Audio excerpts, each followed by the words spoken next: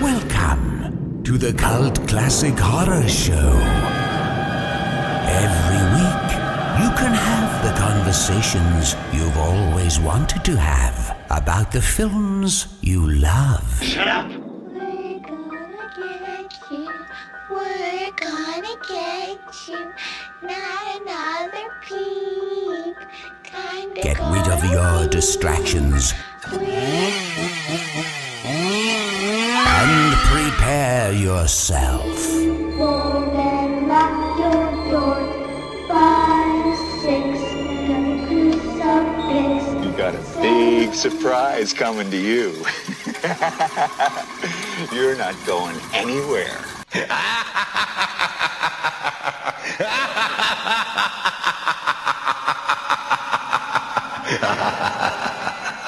Welcome, everybody, to the Cult Classic Horror Show. Danny Bonin here with you. Scotty Bonin here with you guys. We are the Blood Brothers. And the Rob.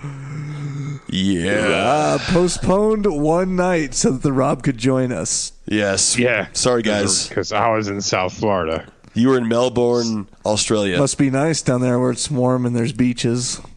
Yeah, I did not see. It was hot, and I didn't see a single beach. There's a Melbourne, Florida. Huh? Yes. Nice. There's a Melbourne, Florida, and it is garbage. Just Actually, I think Melbourne probably is nice. Just none of the parts that I was at. That you were at. We're peachy Down keen. there taking your pictures. Yes, down there they're taking my pictures. I saw some cool pictures with my camera. Yeah. Well, I'm glad we're only one day late, so we didn't make you guys wait. We warned for too everybody. Long. We warned you. We warned you. You've with been a warned. Big post. Yes. That's Post right. Malone. You kind of remind me of Post Malone, Rob. I don't know why.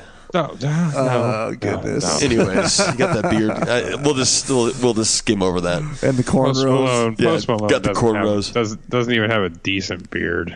I know He it's really kind of doesn't scraggly. at all. Scraggly. He doesn't at all. It's because of all of the inbreeding that's caused him problems. Well, Yeah. that's why you remind Scotty of him. I just picture you singing like him. Like I think all the I think you inbreeding in can sing like Tallahassee. him. Does he actually sing? I don't know. That's why I was picturing you doing it. I don't think I've ever actually heard a Post Malone song before. Well, if you listen to the radio ever, or if you heard it on, you've definitely heard it because he gets Oprah played on the radio. I don't ever listen to the radio ever. My wife has it on I'm in her car. spoiled with iTunes. Yeah, and that's always nice. podcasts. Yeah. I don't even allow the radio to be on when I'm in the car. I'm like, turn that off right now. Yeah. It's because it's the same songs I just- over I and can't over and stand over the again. radio. Yeah. Poltergeist I can't either. 3. Here we are, Poltergeist 3, 1988. You can't rag too much on this movie because Tom Skerritt's in it. Come Tom on. Skerritt, he's the saving grace for this movie. He is by far the best actor in the movie. Yeah, easily.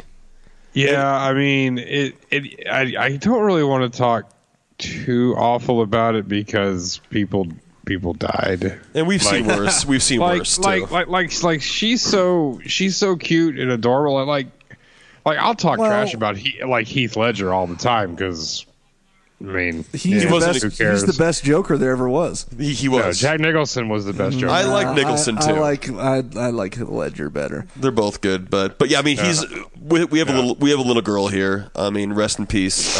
She does have spaghetti cheeks, sort of though. It was actually really annoying me. She's developing them as she got older. Danny makes fun of spaghetti cheeks all the time, and it never bothered me on that one kid, but I don't know. I think maybe I'm Cortland going Mead. over to Danny's camp because as soon as she came on screen, I was like, ooh. Yeah, I mean, she in Poltergeist 2, she started developing them a little bit, and then Poltergeist 3, she was full on spaghetti cheeks, marble cheeks, whatever you want to say. It's very distracting. I wonder if it had to The do with her spaghetti condition. cheeks. I don't know. Wasn't it a bowel obstruction? Yeah, I don't know what she that did means. Cardiac arrest, bowel obstruction. Something stuck in her anus. I mean, Well, so in her bowel. okay. not- It was intestinal. Yeah. But rest in peace. Rest in peace. She, Heather O'Rourke, she died 4 months before filming was released. We can say whatever we want as long as we follow it with rest in peace. Yes, rest in peace. And before post-production was completed as well. There's mixed opinions about body doubles. What it was there is that they were filming. They had a hiatus because the director had to go shoot a pilot that he was committed to doing, and then they came back to film. Gary Sherman. To film. What was the pilot for? Oh, I forgot. He even said the name of what it was. I forgot. I wonder if it was any good. And then he came back and they did to film an alternate ending, and while they were on hiatus is when she died. So they came back and they used a body double for a couple of things. Because they didn't end up using the actual ending with her in it. They did the alternate ending with the body double. This film is dedicated to her memory, though. Well, I mean, that's like you just have to. Yeah, of course. So I mean, they probably dedicated that terrible Batman to Heath Ledger. That is the best Batman there has ever been. It is really good. The original 1989 Batman is not. I mean, the originals are classic, but as far as quality, movie quality, oh man. Oh, The Dark Knight Rises is garbage. Well, are you kidding me? Have you seen the shootout scenes and the car chase scenes? I meant you had Gary Oldman, and all of them had about 9 chances to kill him, and they just didn't. Wait, are you talking about Dark Knight Rises or Dark Knight? Dark Knight Rises. No, Dark Knight. Not Dark Knight Rises. Just Dark Knight Rises was okay. Dark Knight was good. Dark Knight Rises has my boy Tom Hardy in it. Yeah, it does. Which Bane. He is the only good part of that movie, and it kind of gets ruined because he talks to a crab. And you can't understand a word that he's saying. I was Bane for Halloween one year. Luckily, we're not talking about Batman.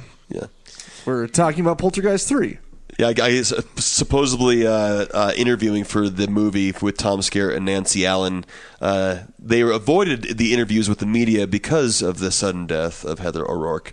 So there wasn't a lot to catch on them for media. Not even interviews. just them. Everyone said that they were. Yeah, but they were the main actors. I mean, the director. They all said none of them did any kind of promotion at all for this film, as far as interviews and everything, just because it was.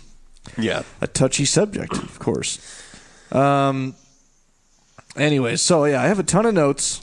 We're just going to push through. Plow. I did buy the special edition Blu-ray with commentary and interviews. I do believe the only reason why Tom Skerritt is even in this garbage movie is because he felt like he made a mistake by being so anti-alien, and then that turned out to be an amazing movie. So he's like, "Oh, I gotta." Was he anti-alien? Oh yeah, he didn't want to be in it, or he was very whatever about it. Did we talk about that in that episode? I think we might. Yeah, I think we talked about that because it wasn't really a big deal, but he really wasn't too thrilled about. the alien. But then after it, he was like, "Okay, he's so good. That was fun. So good in Alien. He really is good. I mean, just I wish he was.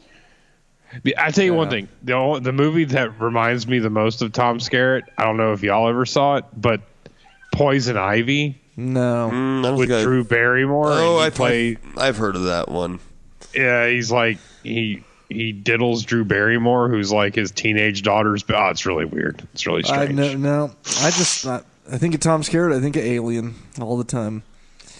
So, anyways, So couple notes here. The writer and actually Gary Sherman, the director, did help write. He does have a writing credit, but I didn't write down the writer's name. But they interviewed him, and they had 10 days to write the script. Or no, that was a different project. Sorry. They had worked together on a project before this. Then he brought him in on this one. And they wanted it to be like Alice Through the Looking Glass, which I think I'm assuming is a different film. I've never seen it before, but it's supposed to have to do with sort of. Isn't that supposed to be like the dark sequel to Alice or something? Yeah, it's supposed to have something to do with the mirrors and the reflections and the other bunch side. Of nerds in high school used to talk about Through the Looking Glass. Yeah, it's so dark. I mean, I think there was like a 1998 version and a 2016 version. I don't know if there's an older one. Well, originally the screenwriter wanted this to take place in like a small town, but the studio was just dead set on it being in a high rise. They they didn't even have the script laid out or written yet, but they knew one thing for sure is that they wanted it to be in a high-rise building. And I don't know if Gary Sherman, the director, was on board with that, but definitely the writer was like, well, if it were up to me, I would have put it in a small rural town. And they talked about how they still wanted to have the family involved, but obviously it wasn't. Carol Ann's just been handed off to some cousins, and which that really ruined it for me for the most part. I mean, I knew that Craig T. Nelson wasn't in it, but Craig T. Nelson wouldn't do that. Craig T. Nelson is the ultimate dad. They actually did approach him about coming back.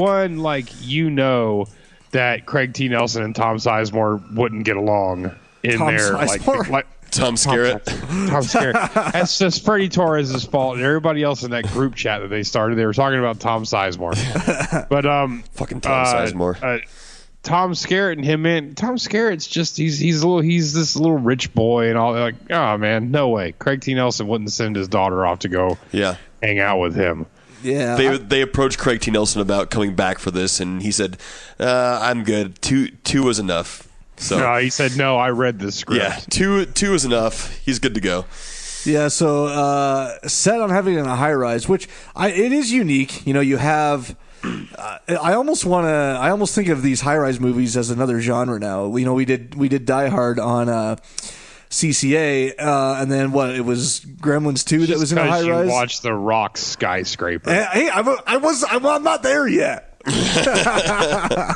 I know exactly. That was next on the list, Skyscraper, and then wasn't Gremlins 2 was the one that was in the high rise, right? I think Gremlins 2 is the only. Well, you know, Die Hard is great. I hadn't seen Skyscraper. I kind of think The Rock's overrated. Rock is awesome. But no, Gremlins 2, I think, is like probably one of the only movies to really do the high rise very well. Like, I couldn't imagine Gremlins 2 not being in a high rise, whereas Die Hard.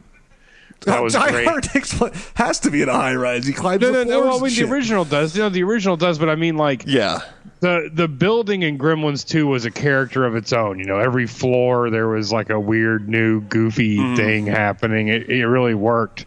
Whereas, you know, Die Hard works. Die Hard Part 2 works. That's in an airport, which is still good, but this didn't really. There was a lot of mirrors. This could have been. Well, it was the 80s. Everything had mirrors in the 80s. Yeah. Well, let me tell you that had a whole mirrored living room in the 80s in the house I grew up in Tampa. The entire living room. Yeah, mirrors was like the thing back in like the 80s, late 90s. Man, they were very fragile. It was filmed in Chicago's John Hancock Center, which at the time was like one of the second or third highest building in America or something like that. And that pool scene is actually in the John Hancock building and was the highest indoor pool in the world or something. But I sort of doubt that now. You know, there's probably some in fucking Dubai or something. That's what I was trying to think of. That's higher. I don't know. Oh yeah, there's got to be. I mean, John Hancock Center. There's if that was one of the tallest buildings in '88, there's a lot that have surpassed that by now. For sure. So, anyways, coming into this. Gary Sherman made a huge deal about there's going to be absolutely no CGI in this film. And there wasn't, except for at the very end, right when the credits are coming, lightning like strikes the building. And, that's the only thing, only CGI that's in this movie. And he said that's not part of the movie because it's technically part of the credit roll. So, oh well, there you go. So he wanted real on-set special effects. So there were just shit tons of effects and planning out. Little by little, he talked about Gary Sherman donated this script to some library in Los Angeles where you can go to see actual scripts from films, and he said it's about as thick as 2 phone books because there's diagrams and descriptions of every effect laid out, and really he thought of how they were going to shoot everything, and really when he tries to talk about it and explain it, it's really hard to explain, and so even the crew really had no idea what the fuck they were doing. Jeez. He was the only one that saw it in his mind when they started filming, and they just had to take it shot by shot. God, that must have taken forever. He would explain to them, no, this is what we're doing, this is how it works, just build this, build that, and I can't really, it's hard to explain, but he's trying to explain it, and it all came together. So I'm reading here. It said it took him an entire year of planning all the setups, and every single scene was storyboarded. Yeah, that seems accurate. It's because, and you don't even realize. I didn't even realize any of this mirror stuff until I watched it with commentary, because literally most of the mirror scenes aren't mirrors, and it's like double sets on next to each other. So they had like body doubles? Yeah, so they had body doubles. They were moving to metronomes so that the body doubles were moving at the exact same time, so that it looked like it was a reflection. Oh God, they had to probably reshoot that a lot. It was crazy. So if you watch it with because I guess you couldn't really do it with mirrors because you'd see the crew and equipment and the camera. Yeah, exactly. right? Yeah. But there are certain shots. I didn't think about that. There are certain shots. So just for example, like in the opening, I don't know if it's the very opening, but it's when she's sitting on her bed in the room, and it's the window washer. Yeah, so it is the opening. Mm-hmm. That's when we see Kane. Yeah, for the and first we see time. Kane there too. So the other Kane. Child. Just as an example, at first it's a double set. So it's her on a bed sitting there. Then it's a double on a bed across from her, across the quote unquote mirror. That is moving when she moves and timed and everything. You just see the back because they're of her not head. looking at each other because she has to see the back of her head. Mm-hmm. And this is so that you can't see the camera crew or anything. But then right before Tom Skerritt comes in the door, it is an actual mirror, and they have the camera angled so that it can't be seen. Mm-hmm. And then same with like when they're walking down the hallway a couple times. That's a double set because you see the door open through the mirror and the people stick their heads out, but it's not actually. But they're not there. You see Kane stick his head out, and there's like 4 of them. So if you don't notice this when you watch it, but if you look at the details, such as there's an extension cord plugged into the wall, and then it runs down the hallway. Okay, yeah. They had to like set that up and double it on the other side, and then set the kinks in the cord to be like exactly like it would be in a mirror. That's what? That's pretty. That seems like a lot of work, and he had so much work involved in.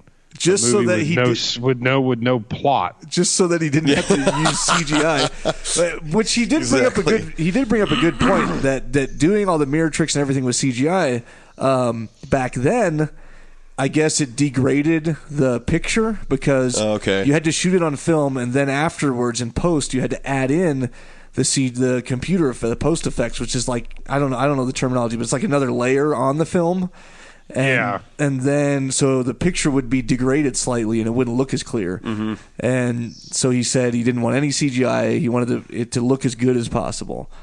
I mean, it probably took forever to film, but I mean, I think that effect of the movie came off pretty good.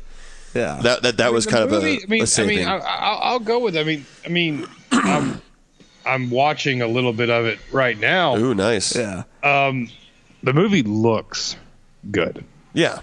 It looks good. It doesn't look 19. Well, I mean, the people do and everything. I mean, it is 1988.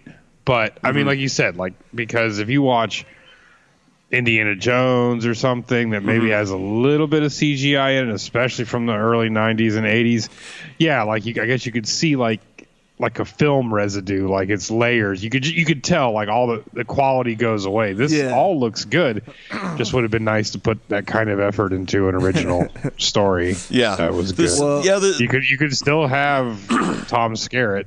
Just would have been nice to have other things to go along with it. Yeah, I mean they never really left the building. There was nothing nothing really happened outside of the building. And most of this was actually filmed in the John Hancock building. They're in a grocery store that was filmed in an adjacent building.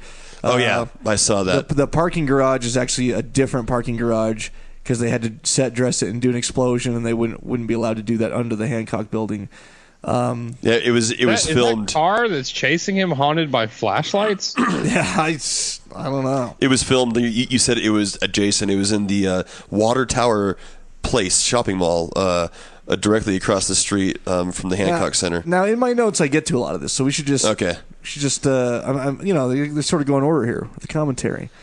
You had what's her name playing what's her name, Heather O'Rourke, Laura. Yeah, that was in Carrie.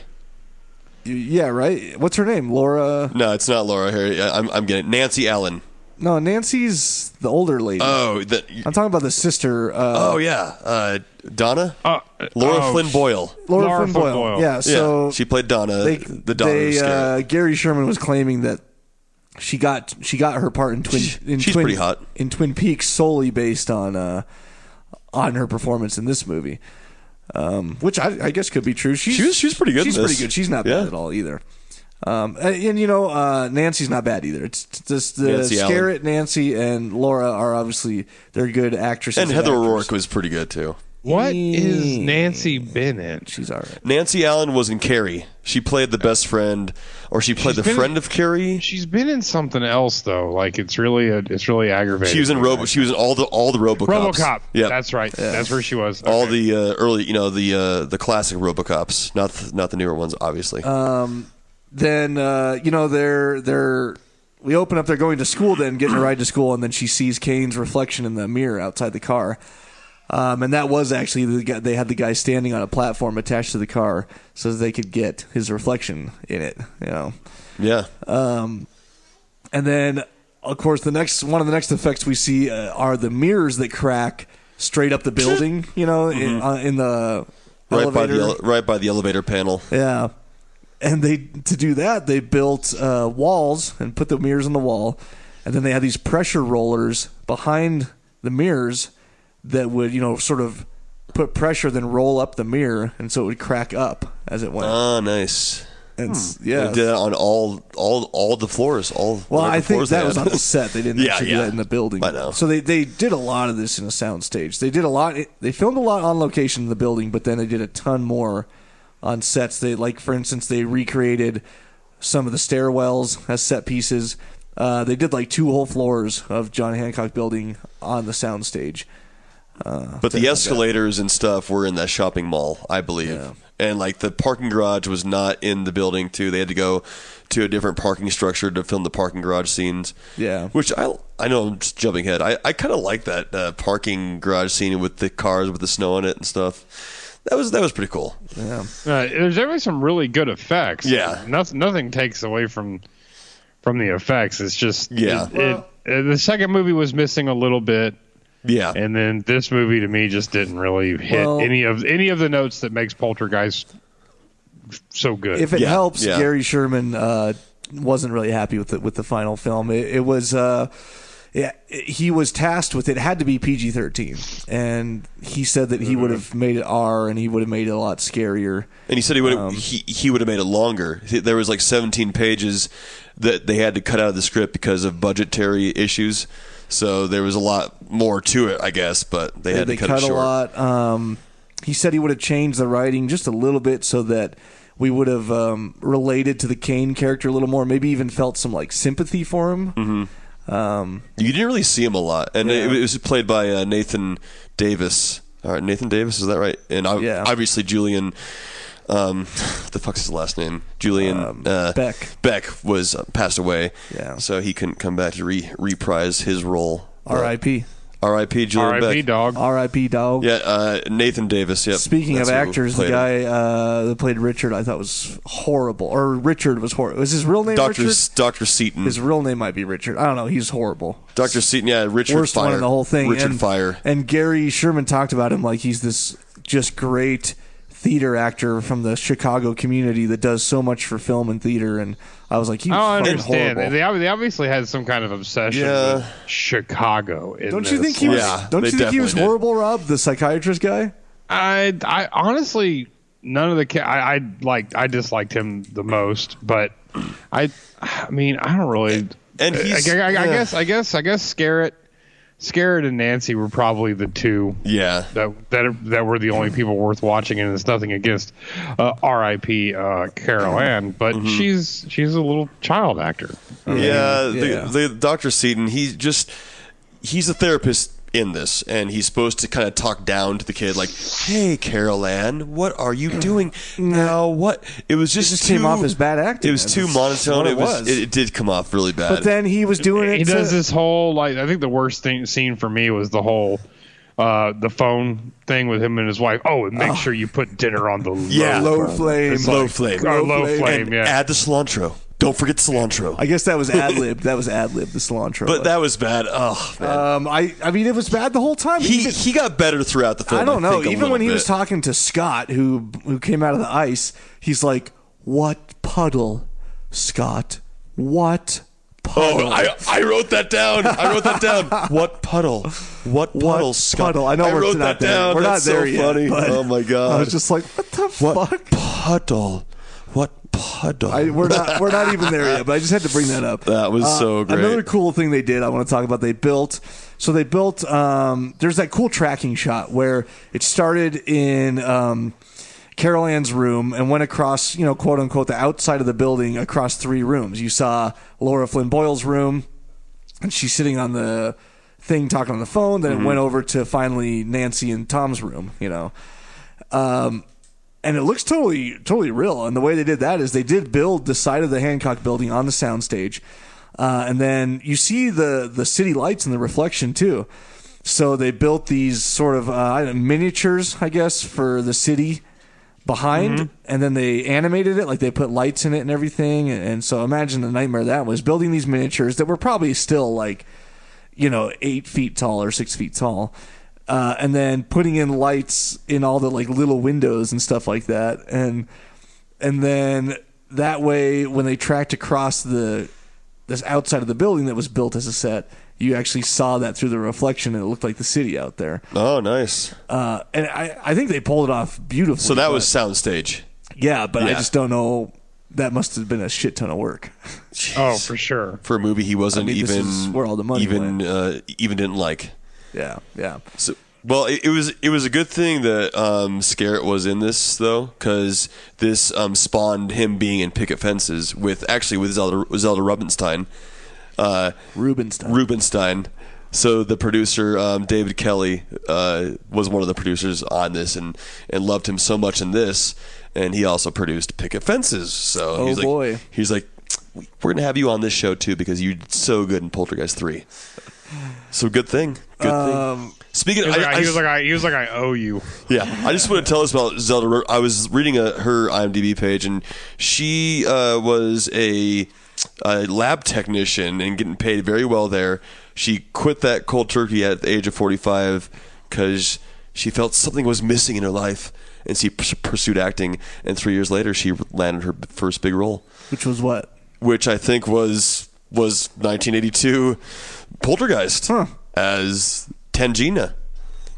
I'm pretty sure. I can totally I'll see look that her. up. I'll look that up. Gary Sherman talked about how she was like basically his mom. Like she just would always make sure he was okay and feeling good, and would talk to him about his problems, and they kept in touch till the day this movie kept in touch till the day she died. Apparently, really. And so yeah, I could just see her as that type.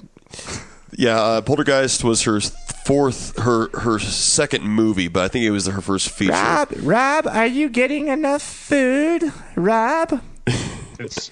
If you finish your vegetables, then you can have If you finish your vegetables, you can have a little Debbie. Is that Zelda talking, or is that Rob's mom? You can only have a little Debbie after you finish your broccoli. She looked like she was about 105 in this movie. She aged a lot. She definitely did. She sacrifices herself in this movie, though. It looks like you haven't been getting your steps in, Rob. You've been getting your steps in. Like little people age like in dog years or something. Yeah. It was when she landed the role, though. It was an inspiration to all little people around the world, too. So that was one thing that I read too. She did pass away in 2010, though, at the age of 76. What? Yeah. Jeez. She lived to 76. R.I.P. R.I.P. Heather O'Rourke. Rubinstein. I'm going and back Heather to O'Rourke. And everyone that was in these movies. Heather wanted besides Craig T. Nelson. Spaghetti Cheeks. Yes. 2.0. Gary Sherman did say he had a great relationship with Heather. She was fascinated with directing and actually wanted to become a director. And so he didn't use his director's chair that much. He liked to sit on the dolly with the camera and everything. And so she would be sitting in his chair watching all the time when she wasn't on. And then she'd ask him all kinds of questions afterwards and everything.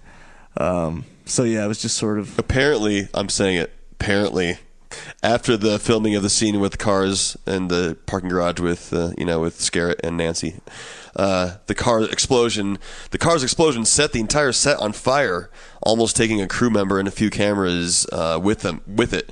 Wow. But everything was put out and everything was fine. Heather O'Rourke wasn't on filming that day, but when she heard about it, she asked Gary Sherman. She was relieved no one was hurt, but she then asked, "Did you get the shot?" Because that was her director. Gary said so much as, we had these volunteer firemen ready with hoses. It was really confusing how he told the story. Like, they didn't do anything, and so a couple of the effects guys had to go put the fire out. Like, I didn't understand how. Well, I mean, you couldn't afford real firemen. Yeah, I don't know. You could only get like the weekend warriors. You could only get the volunteer. I was firemen? a volunteer for two years, and I was more qualified than half those fucking fat asses picking up those old ladies that fell. Damn engines. Picking up those old ladies that fell off their couch. Or that actually pooped on the floor or something. Yeah. That's too bad. I went on a guy who fell on the ground. He was wearing a man diaper and his penis was hanging out. Oh, God. What? He was laying on the ground, penis hanging. And then we pick him up and put it back in his diaper? I know. Luckily, Loveland has a separate ambulance service that is not the fire department. So usually we just are there. Then the ambulance shows up like 5 minutes later, and then they just take care of all that shit. Oh gosh, that's rough. We went up to this lady's apartment once, and the other guys are like, "Oh, it's Mrs. So and So again." Like, she calls all the time. Oh, she wants the sexy fireman. I was like, "Really?" And they're like, "She's probably going to be naked, and she's like 70 years old." I was like, "Great." So sure enough, we walk in her room. She's sitting on her bed, totally naked. Like, and what is she doing? You boys are here. I just felt a little pain in my chest, and I wanted to be on the safe side. And I'm like, I want you to see me naked. I'm like, okay. Oh man, yep. Good old days. Things you got to do. Volunteer firefighter. As a firefighter. I was going to be a firefighter once upon a time until I realized I don't want to fucking do that at all. Yeah, you would have been spending a lot of time away from the fam. Yeah, and making no money. And anyways. Did you know pulling people out of bathtubs? Yes, exactly. Naked old ladies. 98% of what firefighters do, not fight fires, coincidentally. Yeah. Anyways, yeah.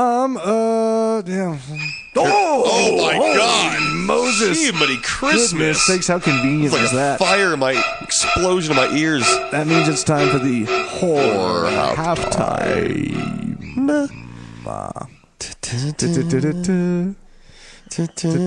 Rob's not doing it. He's still watching listening. Poltergeist 3.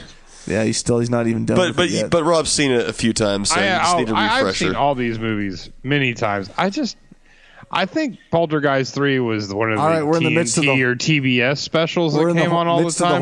Yeah, of course it was. All right, we do have a horror freak of the week. We'll get into it. So, and it's me to horror win freak the of the new week. cult classic elite Pizza Hut shirt. No, it's not. It is Dave Heinrich. Dave Heinrich. Yes. You are the horror freak of the week. DH. Because of your Zelda meme, and also just because you haven't won yet again this year. So there you have love it. the Zelda meme. God, there's so many good memes this week too. Yes. Poltergeist is bringing them out. Poltergeist is bringing out the memes. I'm just loving the Pizza Hut stuff, and I'm loving the people who don't listen to the podcast's confusion about it. And for those of you who are maybe listening for the first time now, because everyone in the group has said, hey, if you want to get this Pizza Hut thing, listen to the podcast, which thank you guys for telling these people that. In Poltergeist, the first one... They should have listened to it then. Yeah, in the first Poltergeist, obviously, there's Just go Pizza back Hut. and listen to that episode. Listen to the first episode of the first Poltergeist. Uh-oh. Rob is... Oh, is that Alien? Rob's beeping at me. There's a... poor network connection reconnecting to Rob. Oh shit! So I don't Did we think lose he can Rob? hear us right now. It sounded like the alien beep. Boom boom. It sort of did. This ship is gonna disconnect. I wonder if we can reconnect. If this will reconnect without us having to. He said his internet was bad. I don't know if he was fucking with us about the internet being bad. I don't know. Hopefully it reconnects and we don't have to stop the recording. We'll give it till the end of the horror halftime. We'll see what happens here. Yes. So, anyways, yes, Dave Heinrich, you are the winner. So message us on the page, and I will get you something. I think you have one before, so I'll make sure I get you something that you don't already have. All right, we got Rob back on, but before he says anything, that concludes the horror halftime. I appreciate the nomination and the win Yes. No, it wasn't you. for Yes. horror halftime to get the No. new Pizza He didn't Hut even shirt. hear his name be called. Yep. We need So that new pizza. There is a new classic. Pizza Hut shirt. I will say I Awesome. did order Pizza Hut last night and ate it God, it's just been while I watched Poltergeist 3. And this time I went all out and I got the pan crust. Oh, which is like you have the good to. old days. I like hand toss, but pan crust. but is I the did best. try the garlic knots this time. Ooh, how were they? They're stuffed garlic knots. They were pretty good. Yeah, but they're not breadstick. I know. I just The breadsticks are it's the just I best. was by myself. I didn't want like 10 breadsticks, so I just tried the God, knots. I love Pizza Hut now. Yeah. I got it this last week too. This past week. It's like, it has to be like a once a week thing. It does now. It's starting to. It's a phenomenon. It's really becoming. I don't know about you guys, but like at our house, like it is becoming. Like I said before, Poltergeist, I ordered Pizza Hut like 8 years ago, and now it's like, the day Tuesday or Wednesday comes around, it's like getting close to Pizza Hut. Now you're Isn't thinking it? about it. I Huh? can Yeah, I can Plus hear Pizza Hut Poltergeist Day? 3 music in the background. that's awesome. Yes, the It's part of the character of podcast. Reverend Kane was originally portrayed by Julian Beck. Yes. I was really impressed with the unit production manager, Edward Letting. Oh, great job. Oh, he was so good. Almost as good Edward. as the second assistant director, Janet Newston. Okay, good old Janet gave me a head back in the day. Yeah. But I'll Janet tell you Newston. one thing, she is no Linda Lee Sutton set director. Oh, yeah.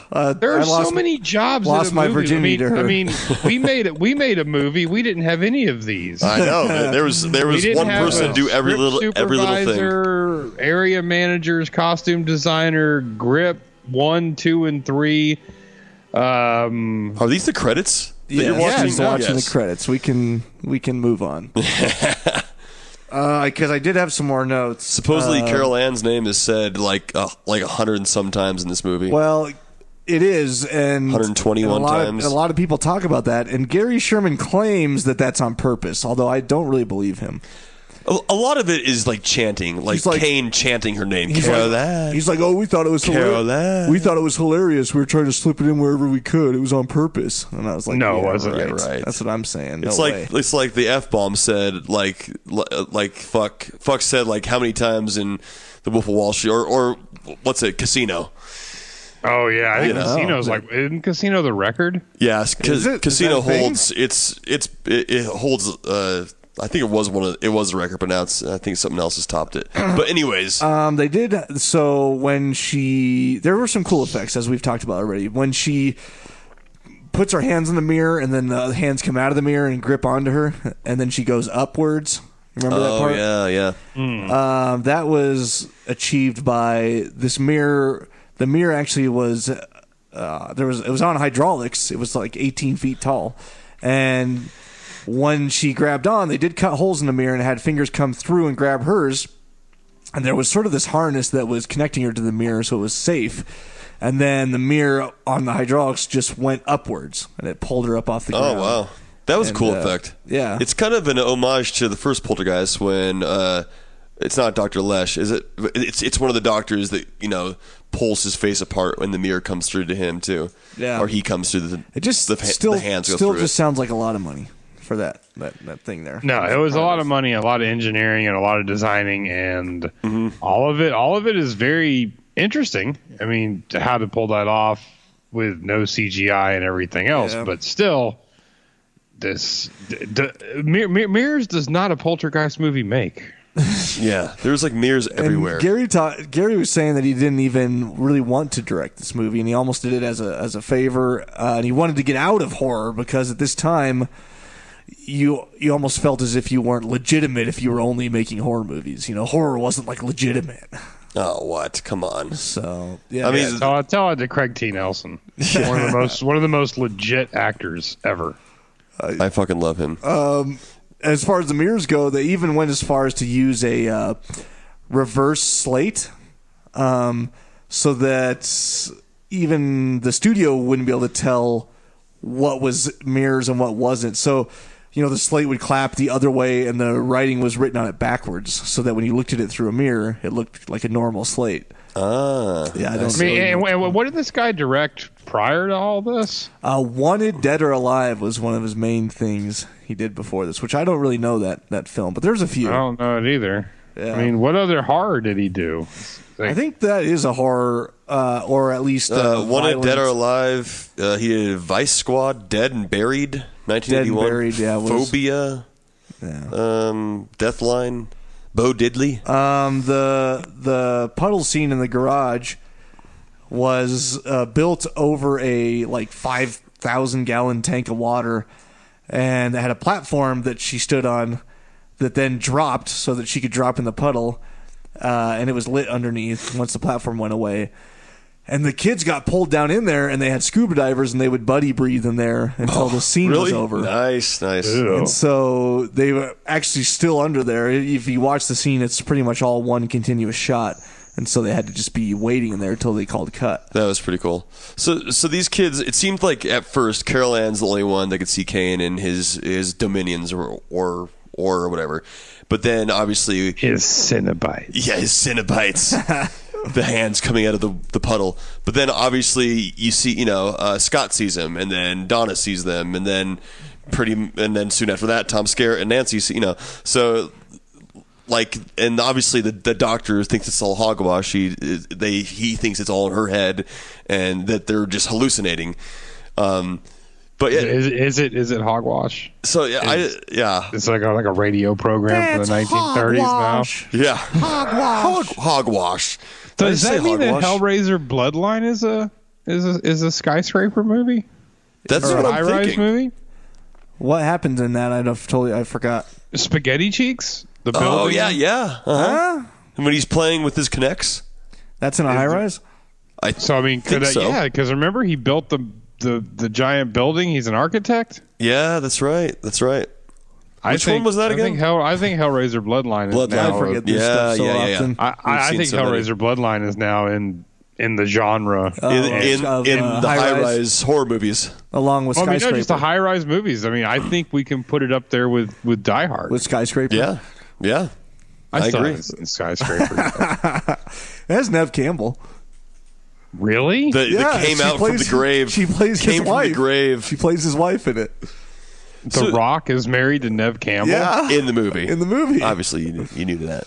Yeah. I mean, I'm actually kind of more interested in Nev Campbell. Well, watch it. Because The Rock's just everywhere, Yeah, of course. Yeah. I love Jumanji. Jumanji was good. And they're working on Jumanji 2 right now. One of the lady who did effects for us on She Walks the Woods is doing some work on Jumanji 2. No. Just so you know. Can she get us an interview with The Rock? I doubt it. What about Jack Black? He's really not. I don't think she. I love JP. I don't know that she has contact with any of the actors. I'm not sure about that. Oh, damn it! Because I really would like to talk to Jack Black. I'm sure. I want to know when Tenacious D's coming out with another album. She's probably painting Jack Black's face. Gary Sherman broke his foot on set. Was actually in a wheelchair during this puddle sequence. But it was sort of a long story.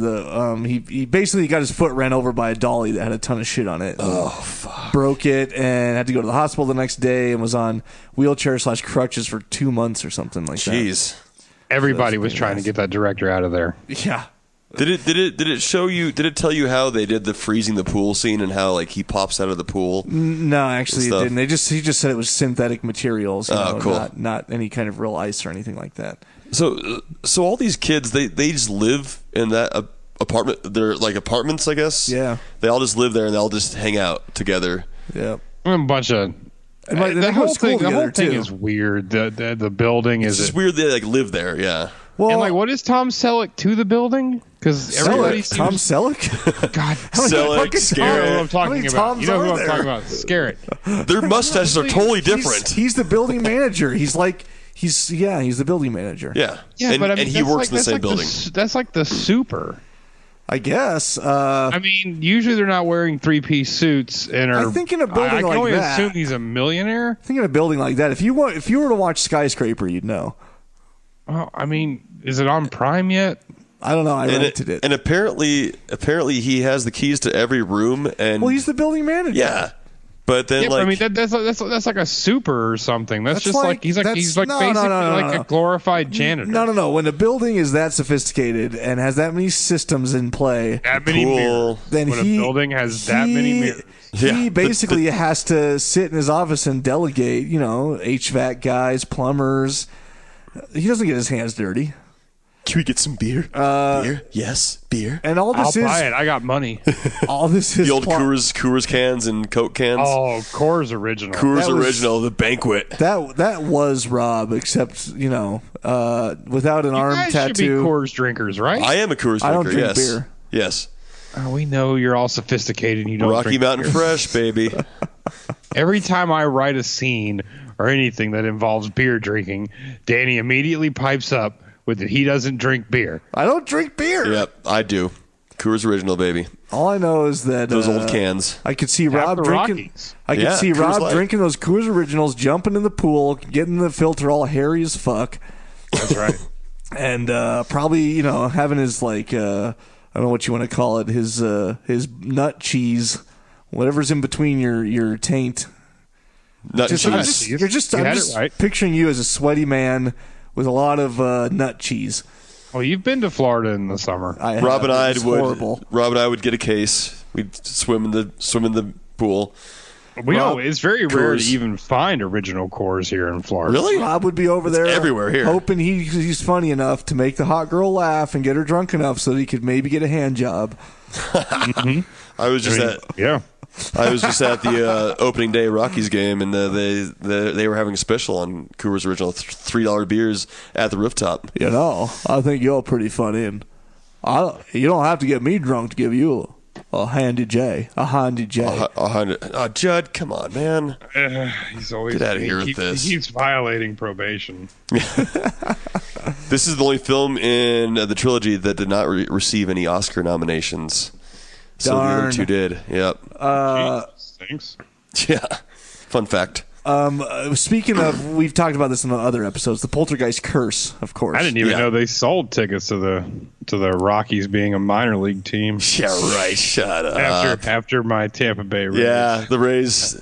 Hey, we got 1 out of 3. The 1 out of 3. Rays. How long have they even been around? I've never even 1998. They used to be the Devil Rays. Now they're the Rays. They're still the Devil Rays. Yeah, but not in your heart. They are. 98 But hasn't not on paper. how long has the Rockies been a team? 92 or something? 93. The We had Wade Rays. Give me a Boggs. break. Rays. The Rags. Yeah, I like that. What was I going to say? So going back to the Swept the Poltergeist. White Sox too. Yeah, just they're so you know. they're one of the better teams in the let's American stop League. talking about sports. Anyways, yeah, we'll keep going. There's Danny. Let's stop talking about the touchdowns and the baseballs And the squadrons. The American baseball squadrons. tournament. Squadrons. American baseball and the tournament. matches and the Yeah. I was gonna say, and how well your team fared in the match. yes. Let's just. You guys live next door to I wish I lived next door to a Major League Baseball team. Yeah, we man. do. I'm like 35 minutes away from the Coors Field. Coors Field, baby. Is it really the Coors Yeah, Field? it's Coors called Field. Coors That's what it's Field, yeah. called. Yeah. You got to come there. It's one of the How oldest can you fields not be in there the all National the League. time, Danny? I go at least twice a year to I a baseball game. bet you they have free Coors Day. And Yeah, you get, I don't know about that. I have a 15 game mini plan this year, so I got 15 games. It's just no $3 matter, beers on the It's rooftop. just not usually pleasant. No matter when we go, I feel like we're just blazing in the sun. Well, yeah. there is no blazing in Colorado. Depends on when you go. There is. Depends if you go night games or day game. I just I've never been to a night game. I mean, although we're still talking my about team- sports. My so- team plays. My team plays their matches in a dome. In a shitty dome that with the Oh, crappy. excuse me, the Tropicana Field is Yeah. not shitty. Anyways. It's full of vitamin C. All right. Well, I don't mind the Rays. Speaking of the Poltergeist curse, Yes, let's get back to that. little known here. I don't even know if maybe it is known. The head engineer of the Hancock Building died on set. They were. I think he was an older gentleman. He was. Killing people. He was sitting in a chair, waiting for them. I don't know. They were doing something, but then they needed him to get to the roof or something like that. And so, when they went to go get him, they just thought he was sleeping, sitting in this chair, but he was dead. He had a heart attack while he was sitting in the chair. On set? Somebody poke him. Jeez. So yeah, he just sort of died just sitting there in his chair. There you go. I think that had something to. I mean, the curse was an ongoing thing, and especially after Heather O'Rourke died. So I think that really played into this not really getting out there and doing what it could have done. If you think about some of these effects being no CGI, some of them are pretty cool. Like the door that is quote unquote expanding, almost exploding, and then all the light is coming through it, and Heather O'Rourke. Well, it's her double. They're like, that's not your daughter, and then they try to pull him into the door. That was actually like a rubber door, and there's a bladder behind it that made it pulse like that, and then of course a bunch of lighting behind it. That was awesome. She was pretty freaky when she was, when they had like the old freaky look that made her like age more when it wasn't actually. It was fooling them, and they had a bunch of stages built for that. The makeup artist had a bunch of, which I think was Dick Smith on this. I think it said, who's sort of a legendary makeup guy from back in the day. Dick Smith. But anyways, back to some of the mirror stuff too. You'll notice when Laura Flynn Boyle breaks out of Zelda's corpse. Yeah. Oh, that was cool. Mm-hmm. Which was a pretty cool effect. And Dr. Seaton still doesn't believe it. Yeah, just as a side note, the effects team made most of that out of like pie crust. So you could, knowing that when you watch the scene, you see her hands come through, you can sort of tell like, oh, that looks like pie crust. It did look a little pecan pie-ish. So she climbs out, and I never noticed this. I don't think anyone would notice this unless they were told. The letters on her, because ends up not like being the real her. She's sort of evil, and Scott too. Mm-hmm. Yeah. The letters on her jacket are backwards. The letters on both her clothing are backwards. Her hair is like parted to the other side. It's because she's like the reflection of herself in the mirror. Oh, I see. Yeah, that makes sense. And so I never would have noticed that if I didn't hear it in the commentary. That effect was cool, and when Scott like peeled her face off a little bit, it just reminded me of Stepford Wives. Kind of, I'm like, oh wait, her face is falling apart. Oh yeah, it was that was a pretty cool effect too. They pulled sort of. I always just whenever I hear rotatable set or anything, I automatically just think of Nightmare on Elm Street and The Room. Oh yeah, that the room that could turn upside down and rotate, and So they had sort of the same thing with. They just did that in wasn't it Poltergeist? No, it was. It was in the original Poltergeist where she's rolling up the wall. Yeah, that they did that too. Oh, yeah, that's right. Well, they did it again with the freezer when Scarrett and Nancy go in the freezer, and then the water is like coming at them, Mm-hmm. But obviously, you can tell really it was shot like the water was filling upwards, but then it was turned sideways to look like it was coming at them, and then Tangina sort of emerges from the water and hands him the necklace. Yeah. And that was a reverse shot, so she was actually dropped into the water, and then they reversed it. And was that water, or was that like hot, like steaming grease water or something? I'm not sure what it was supposed to be. I guess water. That was a cool effect. That was pretty cool, and the way they shot that. See, they made sure that Tom Skerritt was smoking in this, that he was a smoker at the art gallery when they were showing off the art pieces, because then he had the lighter in his pocket to light the parking garage on fire to blow up the cars. He's just a smoker in general because it's cool. Well, you can never smoke inside a high-rise nowadays. Oh, yeah. Or inside any building. Can't smoke within like 100 feet of one. Oh, no way. Is lung cancer cool, Rob? I mean, it just really depends on how aggressive it is. Yes. It's apparently the guy, Corey Burton, smoked half a pack of cigarettes a day before recording his lines as Henry Kane in order to achieve the required raspy quality voice. That's nothing. I used to smoke two. Yeah. Oh, God, man. Two, and you're lifted forward with your sleeveless arm out the window. That's right. Corey Burton also was in the second one. He did, did the voice. And your Oakley's on, but the kind of look like, like they're all I never had Oakley's. No? Or more of a Costa Del Mar kind of guy. All right. I like those. The stuff on the window washer rig, that was all real. They went up to the top of the building. They pulled out the actual window washer rig for the John Hancock building and wrote it down. And I guess Tom Skerritt just demanded that Gary Sherman be on the platform with him. He's like, I'm not doing this unless you're on there too. I'm not doing this unless you're there too. Yeah, and so he was hidden out of the shot on a bunch of the shots and had to just write it with them as well. Oh God. That was a cool scene too, where him and Nancy Allen rode the thing down and went through the window. And yeah, and obviously at that point when they're coming down and you see the lit up window, and then of course when they get sucked in, that's all on a soundstage. He really wasn't hitting that window with the shovel that great. Just needed a little more of like an axe swing. I don't know that you can break a high rise window with a shovel. Probably not. I don't know.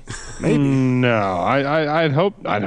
I mean, I'm not really good with high rises or heights. I'm not general. the best with heights either, actually, to tell you the truth. I feel like a sissy, but some about I'm not like deathly afraid of heights. I've been skydiving and like why would you ever want to do that? It was fun. Yeah, we both went. Like if I meant to jump out of a plane and I have the parachute, like I know what I'm in for, that's cool. But if like you just want me to stand on the side of a building with no protection, like that shit freaks me out. That freaks me out. I if there's water under me, then it's a little bit better. Like if there's like deep water, I'm like, okay, I don't know. I can jump in the water. I don't know. Anyways, actually, you know what? That surprisingly is all the hard notes I took. There's a lot more that they talk about. Are there any soft notes? Soft notes. That was bad. Sorry. Soft notes. No. Overall, I kind of agree with Rob. Like the effects were good. They did. I mean, amazingly, there's no CGI in this. It really was good. But the story, it's all in the building. It didn't go to a lot of places where it might, which could have been the script. It's fine, but I think they're just missing.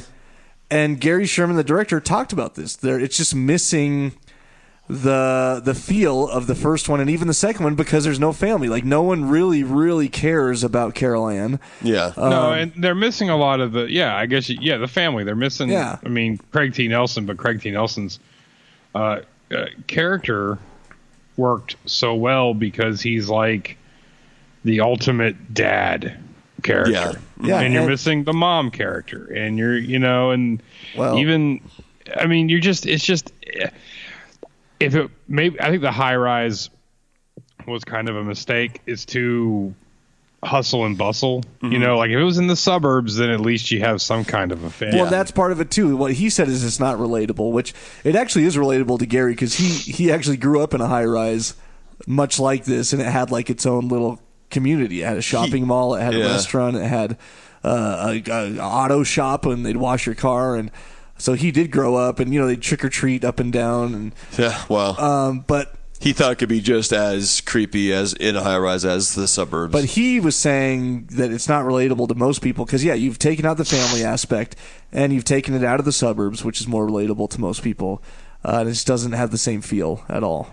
Obviously. Yeah, even though Steven and Diane and Robbie didn't appear in the film, they are mentioned. Well, and he fought to try and at least have some phone calls between Heather and her family in the movie. Yeah, you think that would have happened? And they just weren't. But the studio wasn't budging on it. So. I wonder why. Yeah, I don't know. It was all the studio that had to have it in a high rise. They had to have it in a high rise. They were dead set on that. Tangina's also says... I don't know. I just don't understand it. It just has a really... Maybe any other movie would be different with Poltergeist. This being the third, you kind of already have this really good recipe. Mm-hmm. And labeling it Poltergeist, people are going to expect that scenario. Iconic family. Yeah. To not have it, it really just... I don't know. It just kind of takes you out of it really quick. I mean, you even had Nancy at the end saying... We're gonna pack up that little brat stuff and get her the hell out of here. Yeah. Well, she was just like at Heather O'Rourke's. I guess Carol Ann. What was the dynamic? I thought there was. Were those kids her kids too, or were they just Tom Skerritt's kids? It was just Donna, which is Flynn. What's her name? Flynn was Tom Skerritt's daughter, and I'm saying Nancy. What was her name? Was she Nancy Allen? Stepmom? Was she the mom or was she a stepmom? She was stepmom. Okay, she was Aunt Trish, Aunt Pat. That wasn't abundantly clear to me. I guess it should have been. I missed those lines in the beginning because then they talked about newlyweds at the end, and I was like, what? Newlyweds? What? But I guess that makes a little more sense. She's the stepmom. She was Carol Ann's aunt Trish, and then she was the stepmom to Donna, which is played by Flynn. Okay. What's her name? Flynn. Yeah, it's just all very Laura weird. Flynn Boyle. Yeah. And like again, like Flynn why would Carol Ann's family send her there to the sister, aunt, whatever? Yeah, it makes no sense. To like get her out of the house or something, or like who's obviously wants nothing to do with children in general. Yeah. But Carol Ann went there to go to that special school, right? Where we see Dr. Seaton. And that's why she's there in Chicago, staying there. What puddle, Scott? What puddle? What puddle? What puddle? What puddle? Tangina does. I was saying this. She does mention she got the necklace from a powerful medicine man who walked among the spirits. So, Taylor is mentioned. Good old Taylor. Reference to Taylor. Got it from Ted. Rip. Can't forget about him. R.I.P. to him too. Jeez. That's all my notes on P3. Yeah, I think this covers it up. I mean, it ended, with obviously we lose Tangina in this, and she's such a weak ending. Yeah, is she the only one that dies in this? That was one of the main things that Dr. Seaton dies. That was one of the main things that they had to cut short. Gary Sherman had this 17-page finale with all these effects and all this stuff, and it was a lot different. And then they didn't get to shoot most of it. And they had to settle for this ending. There is an alternate ending, and actually, it's on the Blu-ray. And I didn't watch it. I was watching everything else, and it got too late. You gotta text me what the alternate ending is because it's got to be better than this. So I don't think it's that great. It's not what he wanted. They just didn't shoot what he wanted because they ran out of money. But yeah, he had this big plans for it. And then they just had to settle for what you see. It's just I don't know. I mean, to me, I don't know. It's not really a victory or anything. It's like, oh, okay, Kane, yeah, he's a real douche, and he's been hanging around, and he's causing all this chaos, and we just can't really deal with him anymore, so we're just going to, give up and give him the munchkin. Yeah, yeah. And she's the one that saves the day and takes him into the light because he wants to go into the light, and she takes go him. into the light your fucking self. Why can't he just go? That's what I don't understand. That he needs to go through a human to get there. We've already mentioned that the plot is lacking, and that's what I think is lacking. All of a sudden they come re-haunt Heather because for some reason she's the only one that can take them into the light. But really, what's the light? Why can't they take themselves? Why is she the only one? It just none of it makes sense. They don't do any explanation. Well, I mean, in the first one, she takes them to the light. Remember, they run and then she stops and then they see the light because he's keeping them from. That was the whole thing was he's holding on to them. He's keeping them from going, and they've saved this group of people twice now, and now it's he has to go into the light. But he can only go through Carol Ann. But yet he can go from California to Chicago. I don't know. I think he's following Carol Ann because he can only go to the light, at least he thinks, through Carol Ann. And she's obviously doesn't ever take him there, but then finds out that, hey, now Tangina can take you there. I just like little young girls, child. I'd just like you to take me into the light with you. You better eat your breakfast. I like your little peach fuzz.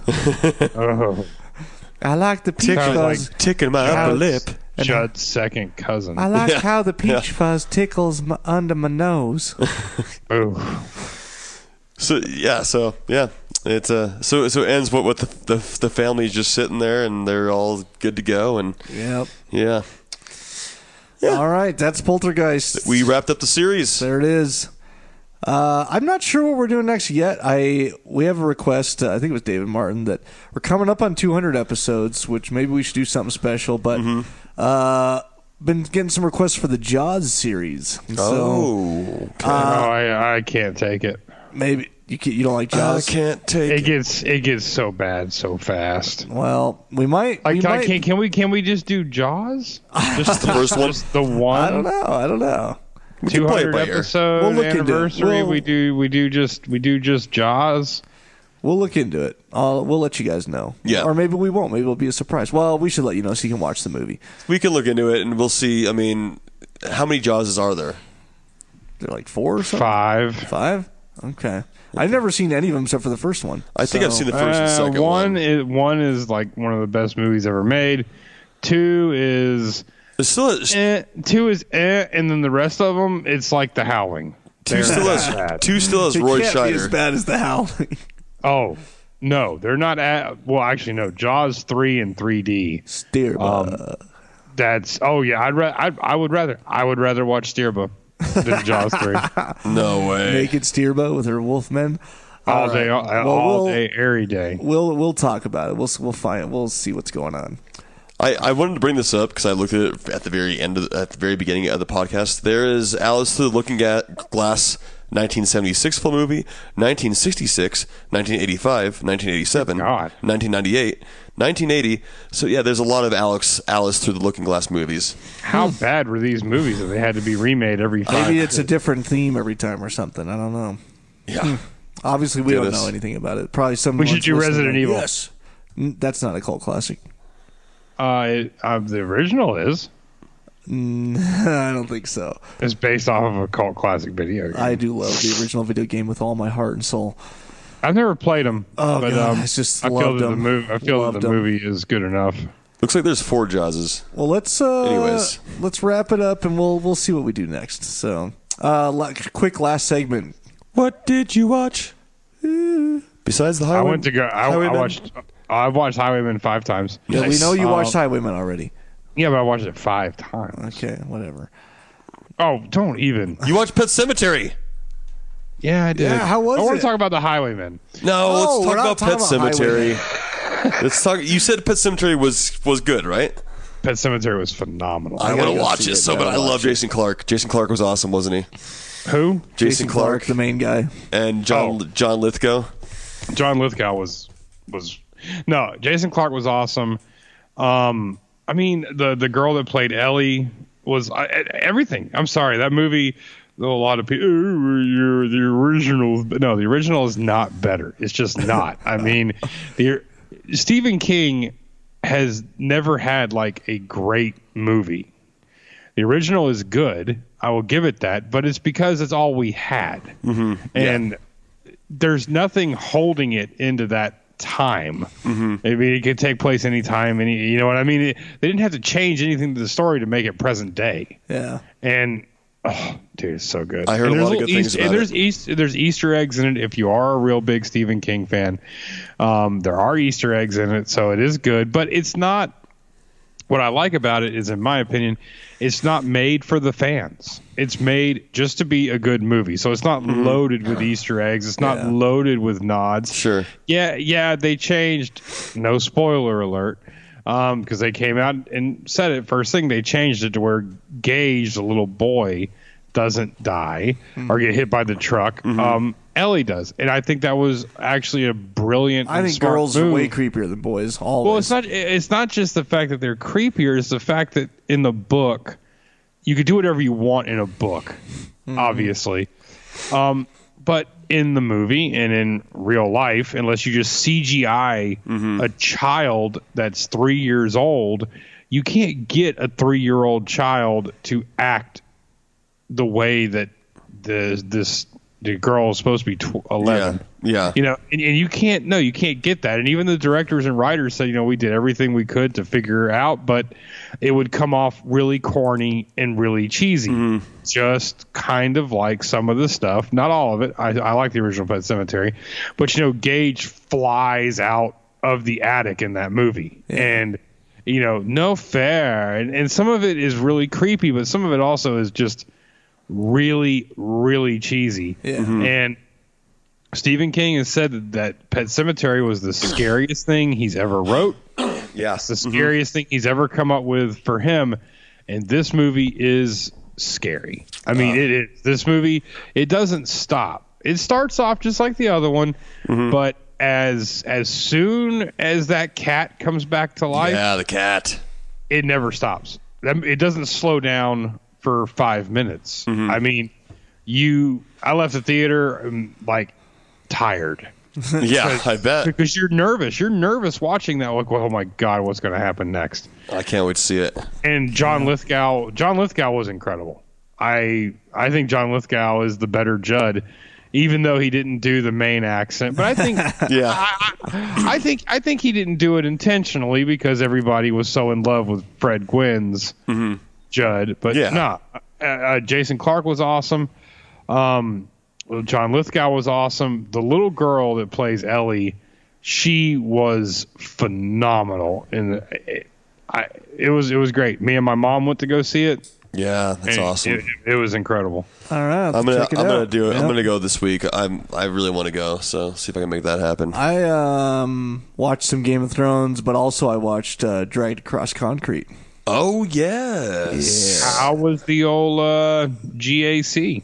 It was good. It was actually, it was really good. It was really long, but it didn't really feel like it was super long. It felt appropriate. I need to watch it still. Heard it was like 2 hours and 45 minutes. 2 hours, 40 some minutes. Definitely. That's a commitment. Yeah, definitely in the style of S. Craig Zoller. Some of the scenes could definitely be cut, but you know how he likes to build that, not so much tension, but just explore the characters a little more, you know? Yeah. How was Mel Gibson? Oh, Mel Gibson's fucking awesome. He tears some shit up at the end, and he's Mel Gibson, as of recent, like in Bloodfather, he's old and crazy now. I haven't seen Bloodfather or even heard of it really, so I'll have to check it out. You'll like it. It's good. Yeah. It's a straight up old school, like it's kind of like a mix between Mel Gibson in Payback and Lethal Weapon. Oh, all right, nice. All right. Well, yeah. So check out Dragged Across Concrete. I heard good things about it. It is good. I still need to see it. I still probably like Bone Tomahawk and Brawl both a little bit better, but which one do you like more though? Brawl? Oh God, I don't know, man. That's so tough. Come on. As a movie, as a whole. If one of them had to be deleted, I probably like Bone Tomahawk more. Blasphemy! Simply because, and you're only going to go story against feel. Vince Vaughn. Only because of the supporting cast, because you have fucking Matthew Fox, and you have who was surprisingly awesome. So good. Yeah, you have Matthew Fox, and you have Patrick Wilson. Patrick Wilson is a unicorn. Yeah. I didn't know Patrick Wilson could act like that. Yeah. Mm-hmm. So and then the old man who you didn't think, he's usually very funny all the time. I can't ever remember his name. So this is literally that's the only reason why I picked Bone Tomahawk is because of the supporting cast, but it's really hard to make that decision. I really love Brawl, and Vince Vaughn is just insane in it. Yeah. And so, you got to watch Dragged Across Concrete. Mel Gibson. Richard Jenkins. Yeah, Jenkins. Mel Gibson is a little bit more crazy than Vince Vaughn in Dragged Across Concrete. This time. Can't wait to see it. So you'll have to as check it he out. should be. Yes. Because Mel Gibson, like, nothing against Tom Hardy, who I've been saying it for years. I adore. But I still, not to say that Tom Hardy's Mad Max was not good, but I think Mel Gibson could still do Mad Max. Maybe. I think he's crazy enough. I bet he could too. Replace Tom Hardy's Mad Max, but I would have loved to have seen a Mel Gibson Mad Max as old, bearded, crazy Mel Gibson, and then have Tom Hardy's Mad Max. It doesn't really matter. But no, I'm really excited to see Mel Gibson in this. Well, check it out. It's good. Even more than Jennifer Carpenter and Vince Vaughn. Me too. Me And Don too. Johnson. Don Johnson and Jennifer Carpenter basically have cameos. They're very small parts, but it's pretty good. Did you watch anything, Scotty? I GOT as well. And other than that, nope. I just didn't get to anything. I just busy with the baby. Yep.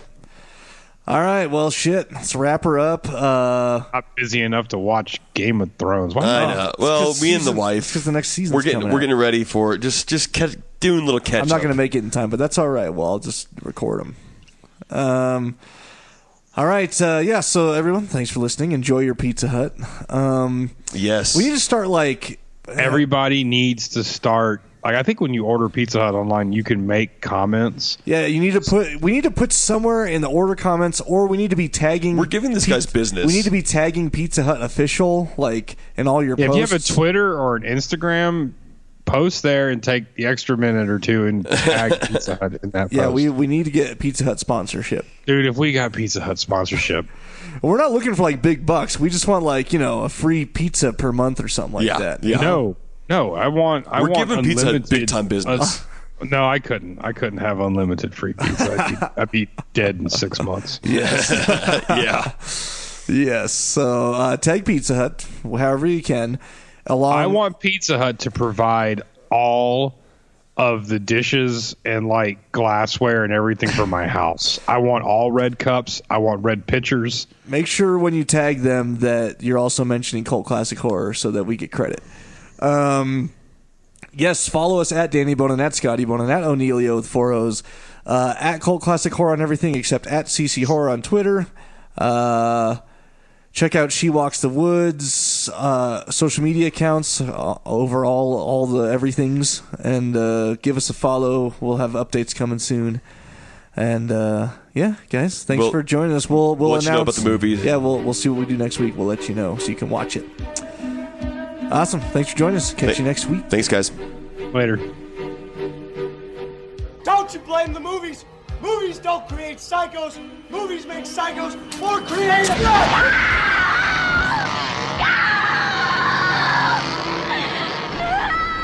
Oh, yes.